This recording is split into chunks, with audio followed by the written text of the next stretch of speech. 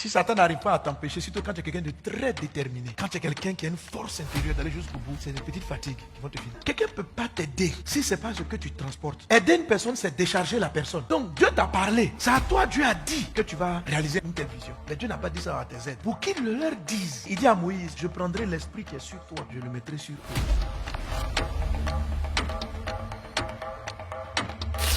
Dieu a visité 2 fois Moïse à propos des aides. La première fois, c'est quand son beau-père, Jéthro, est venu pour le retrouver. Jéthro lui dit, il te faut des collaborateurs dans différents secteurs. Donc, des gens à qui tu vas déléguer certaines tâches qui te chargent. Et Moïse les a recrutés en Exode 18. Il les a établis. Nombre 11 se passe des années plus tard. Jéthro lui avait dit, dans le livre de Exode 18, si tu travailles seul, tu vas t'épuiser toi-même. Tu vas fatiguer les gens qui sont avec toi.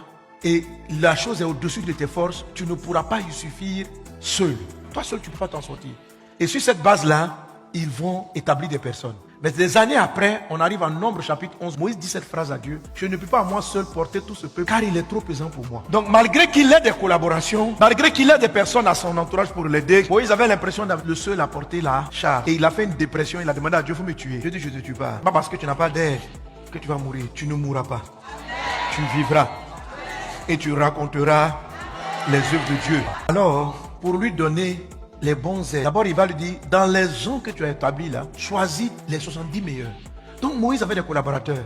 Il était capable de faire une différenciation entre la qualité du travail des uns et des autres. Il en a choisi 70. Et puis il dit, monte dans ma présence avec eux. Dieu va lui annoncer 3 visitations. Il dit à Moïse, je vais faire 3 choses. Je vais descendre. Il dit, je te parlerai. Et puis il dit, je vais prendre l'esprit qui est sur toi pour le mettre sur eux. Ce que j'appelle les 3 présences de Dieu. En fait, Dieu vous visite de 3 manières. Et ces 3 manières-là, c'est une clé très importante pour pouvoir reconnaître, attirer et donner la grâce aux personnes qui doivent vous aider. Alors, c'est quoi les 3 présences de Dieu?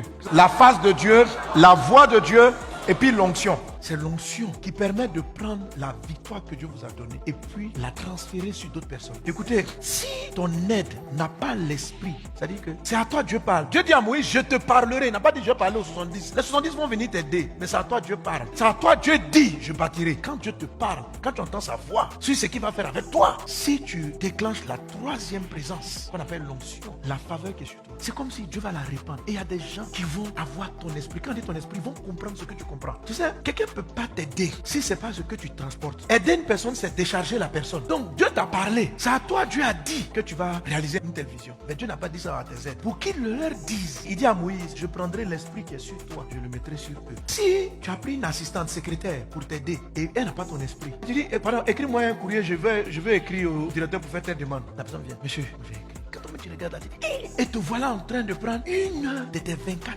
pour lui refaire un cours de comment on écrit un dossier. Tu as eu une aide.